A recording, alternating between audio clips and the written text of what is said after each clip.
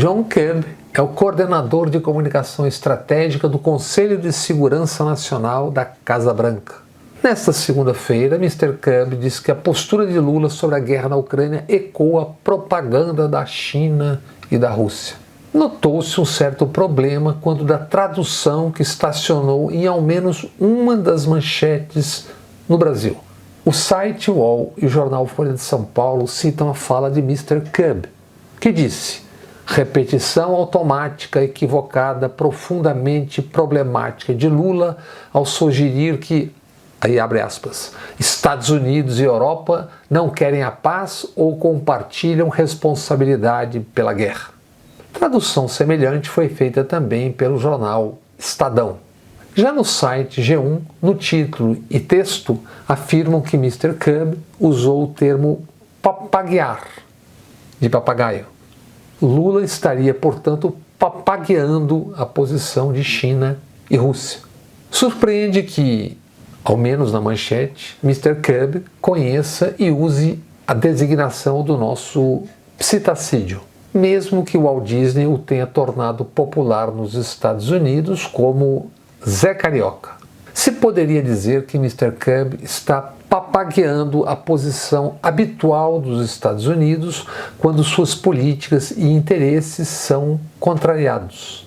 No caso do Brasil, mais ainda por estarem acostumados aos últimos 6 anos, desde Temer.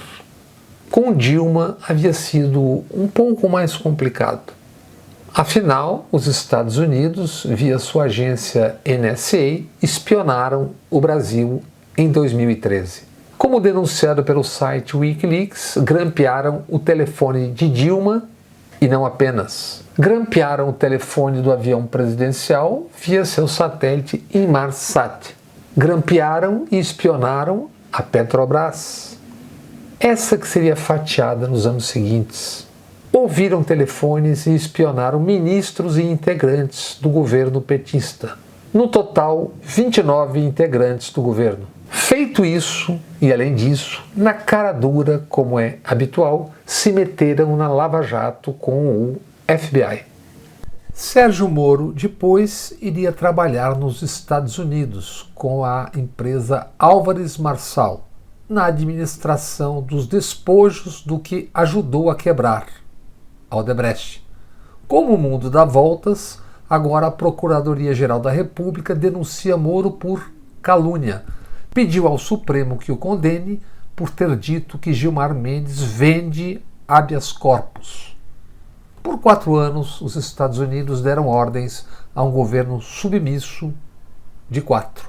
Em 2020, por exemplo, a interlocução pública do Brasil com a China era feita por Dudu03, um jovem deputado federal dado a cafajestadas também geopolíticas. Nas grandes empresas de tecnologia, agora também de informação, conhecidas como Big Techs, bom mesmo para cliques e audiência é a lacração.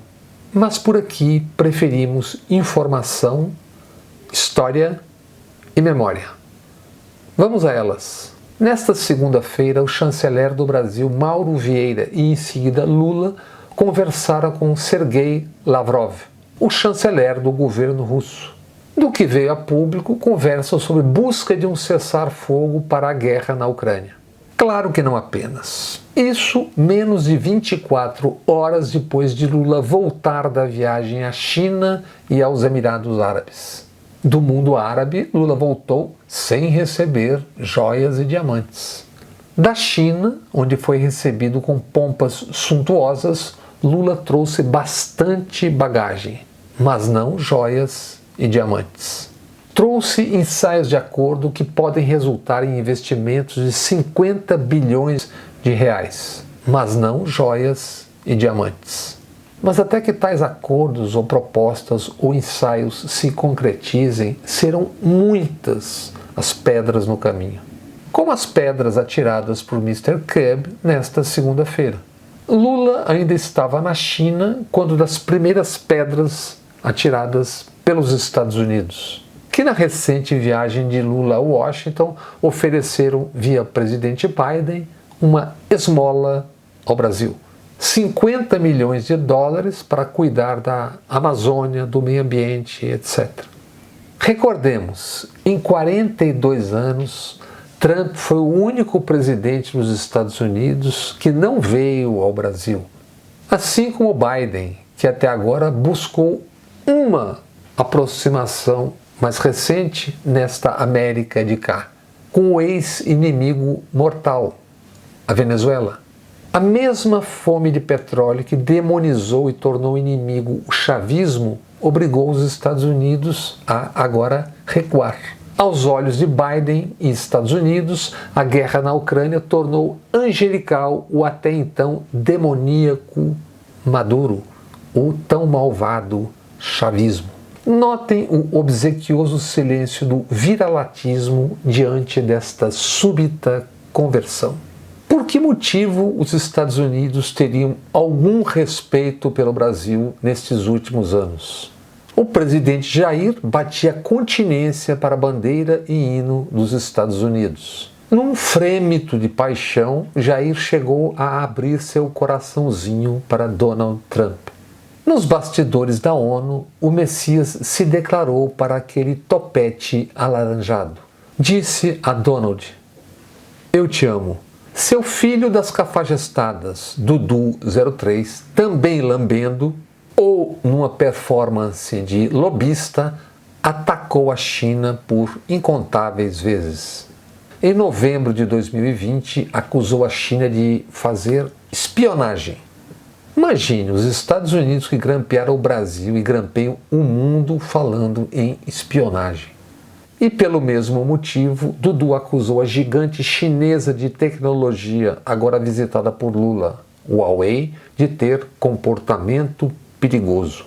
03 lambia o chão diante dos interesses norte-americanos. Não se sabe até onde iam os seus interesses. Mesmo diante do peculato nas tais rachadinhas, dos 51 imóveis comprados com dinheiro vivo, mesmo com as mansões inexplicáveis da família, a justiça brasileira segue remanchando em relação a essa família. Não só a justiça. Vocês se lembram das manchetes estrondosas sobre o pedalinho de R$4.000 no sítio de Atibaia, que ficou meses e meses em cartaz? Ou da tapioca de R$8 e alguns centavos que abriu caminho para a queda do então ministro Orlando Silva? Onde andam todo aquele ímpeto e deboche moralista? Joias e manchetes, ora já nos pés de páginas, nas manchetes inferiores, correspondem a 4.500 pedalinhos. As joias e os diamantes, estimados em uns 18 milhões, equivalem a 2.250.000 tapiocas. Mas deixemos as tapiocas e voltemos às pedras no caminho. Na China, Lula, Dilma, a presidente do banco BRICS, e o ministro Haddad voltaram a uma velha ideia. Há de países em desenvolvimento não seguirem reféns do dólar como moeda única nas transações entre países. O dólar como moeda única é uma arma poderosíssima. Permite aos Estados Unidos imporem sanções a quem queiram, mas jamais, claro, aos que se agacham. Cometam estes os crimes que cometerem. Lula e companhia fizeram mais na China. Aventaram a hipótese de usar também um outro meio, no caso para transações bancárias internacionais. Até o início da guerra na Ucrânia, basicamente um sistema era usado. O SWIFT, criado pelos Estados Unidos e europeus em 1973, conecta 11.000 bancos em mais de 200 países. É um sistema mundial de comunicações de mensagens entre bancos em tempo real. Quando a Rússia invadiu a Ucrânia, os aliados ocidentais baniram bancos russos do sistema SWIFT. Banimento esse com críticas crescentes desde o início da guerra, mesmo entre os aliados ocidentais. Afinal, ninguém quer perder dinheiro. Em parte, um tiro no pé, o banimento. Porque russos, e não só, começaram a usar o outro sistema, o sistema chinês. O CIPS, esse agora estudado também pelo Brasil como alternativa. Expostas ideias e frases de Lula na China, uma primeira resposta veio com Thomas Shannon, ex-embaixador dos Estados Unidos no Brasil entre o final de 2009 e 2013, e ex-subsecretário do Hemisfério Ocidental do Departamento de Estado norte-americano. Agora, ouvido pelo Globo, com respostas irônicas, mas até ponderadas no todo, Shannon disse: se o Brasil, a China ou os BRICS querem substituir o dólar, ok, vão em frente. Que moeda vão usar? A moeda chinesa? A moeda brasileira? Ok, boa sorte com isso. Ironia, obviamente. Foi a primeira senha para uma reação aqui, no Brasil. Reação recheada por falas e pensamentos, digamos, desorganizados. Sentimentos paradoxais. Porque a estimativa inicial de investimentos chineses é de 50 bilhões de reais. E isso, o dinheiro, a princípio valeu mais do que sacar delírios ideológicos já mofados. E assim, por isso, na largada se impôs o evidente. A tectônica dimensão geopolítica inicial do encontro China-Brasil. E seus resultados não apenas para e no Brasil. Não esperem que todos e todas façam análises exatas, frias e amplas. Espere, amiga, amigo, concordar ou discordar como é normal. Mas lembre-se, nesse específico caso, geopolítica e money, há muito mais em jogo. Quando se ouve, por exemplo, entre outros e outras, Marcelo Lins, da Globo News, a quem digo, não conheço. É possível concordar e discordar, mas até leigos percebem. Obviamente, se trata de um profissional falando com conhecimentos sobre o tema. Já no amplo bioma das mídias, onde se informam os que não são do ramo, há também o que se lamentar. Bocas e penas de gente, por exemplo, ligada, digamos assim, aos Estados Unidos e seus braços, via seus institutos liberais. Gente que atuou ativamente, que ganhou espaços como pagamento pelas performances nas farsas impeachment e Lava Jato. Também quem, em nome do emprego, sempre fez e fará o que imagina ser desejo do patrãozinho.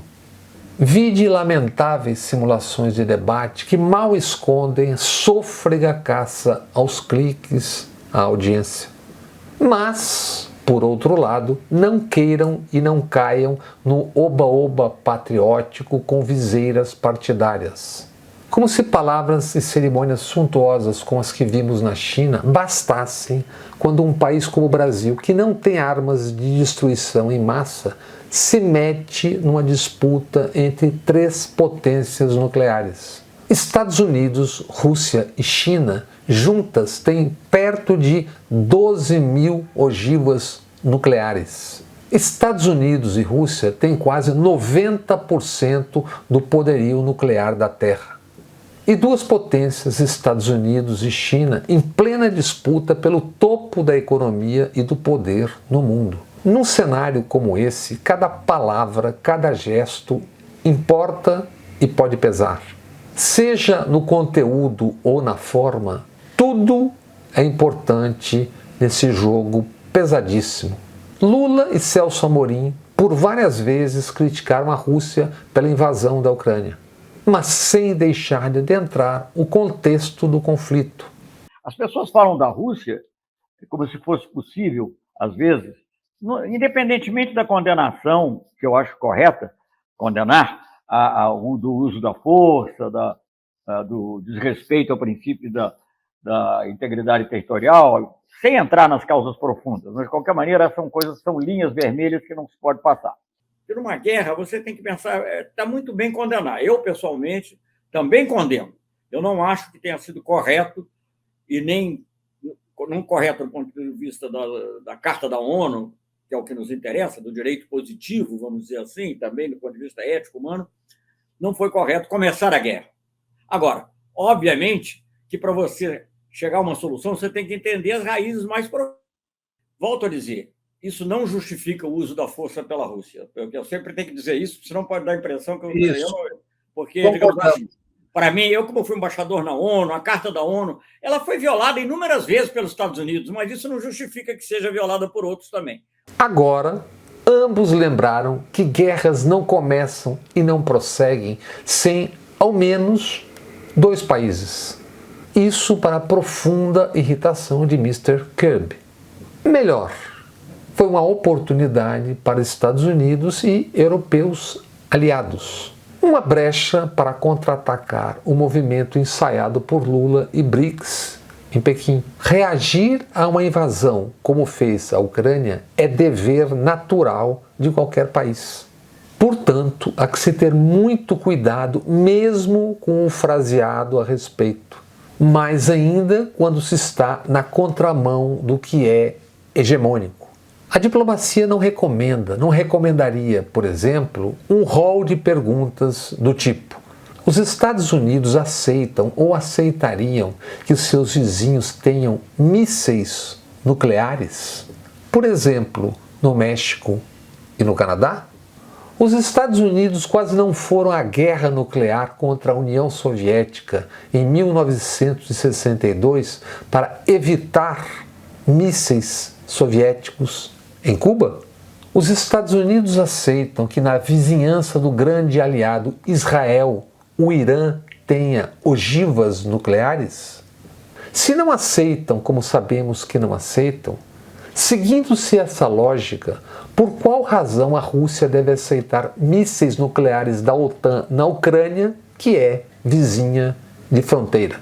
Para ficar só nas capitais, Kiev está a 851 quilômetros de Moscou. Mísseis balísticos intercontinentais de última geração podem chegar à distância de até 18.000 quilômetros, atravessar continentes.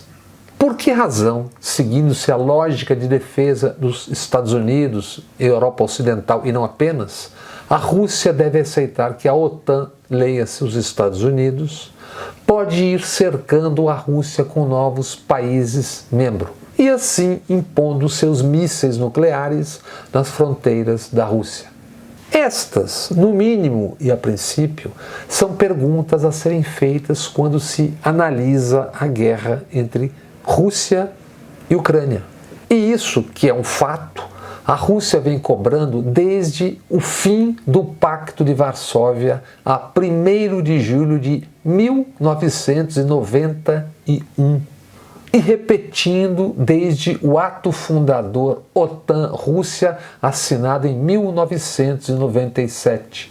Nos últimos 15 anos, em outros fóruns e em conflitos na região, têm sido expostas a posição e as razões da Rússia, na essência semelhantes às dos Estados Unidos e aliados: não aceitar ameaças atômicas nucleares nas vizinhanças.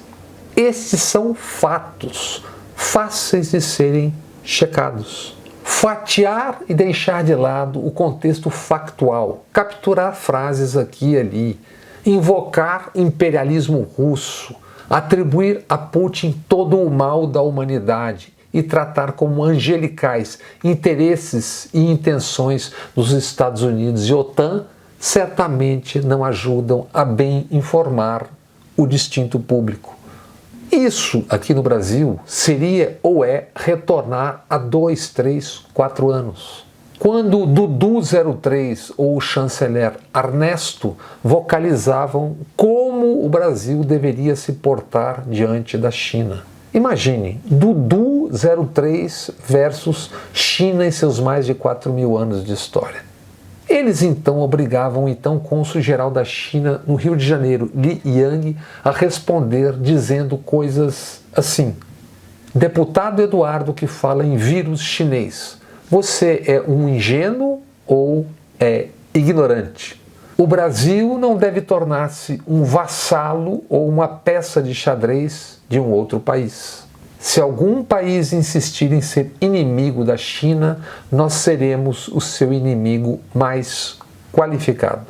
Quando começava a guerra na Ucrânia, uma entrevista para as mídias do mundo, Zhao Lijian, porta-voz das relações exteriores da China, declarou: em seus mais de 240 anos de história, por apenas 16 anos, os Estados Unidos não estiveram em guerra. Isso é um fato. No dia 23 de fevereiro de 2022, Zhao Lijian publicou esse tweet, dizendo: nunca esqueça quem é a verdadeira ameaça do mundo. E listando 34 países bombardeados pelos Estados Unidos desde o fim da Segunda Guerra Mundial. Claro, sempre em defesa da liberdade e dos valores ocidentais. Zhao publicou a lista e argumentou: os Estados Unidos deveriam responder quem é que começou todas essas guerras. Claro que ao citar os Estados Unidos e suas guerras ao longo da história, o porta-voz da chancelaria chinesa não citou as guerras iniciadas pela China. Em, segundo o calendário chinês, 4.721 anos de história. Não há bonzinhos e mauzinhos, há humanos interesses e ambições de dinheiro e poder. O Brasil deve ter muita atenção no aprofundamento das suas relações com a China. País a cada dia mais rico, mas com 2/3 das suas terras não agricultáveis e com mais de 1 bilhão e 400 milhões de bocas para alimentar. Nas últimas 3 décadas, mais de 600 milhões de chineses ascenderam às classes médias. Não é tão difícil imaginar uma diáspora chinesa. A China, o Brasil conhece pouquíssimo, precisa aprender e conhecer. Já os Estados Unidos conhecemos bastante. Suas grandes qualidades, mas também o que sua história já nos ensinou na carne e na alma.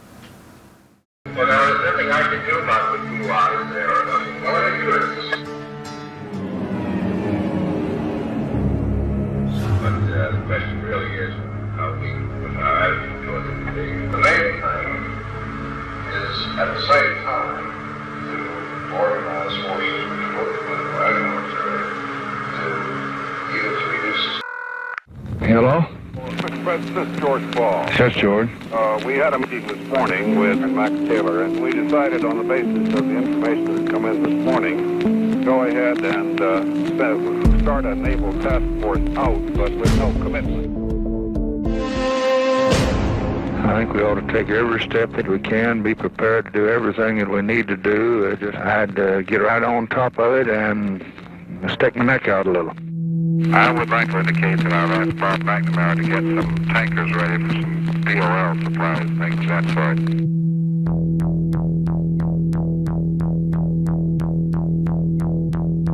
From Department of State to Ambassador Gordon. The following decisions have been taken in order to render assistance to anti-Goulart forces. Immediate dispatch of Naval Task Force for covert exercises off Brazil. Did you advise President Johnson to recognize the new Brazilian government as quickly as he did? Of course. In connection specifically with the rapidity with which it was recognized? Yes. The action that was taken by President Johnson was in response to a specific recommendation we made on Thursday afternoon, late Thursday afternoon, April 2nd.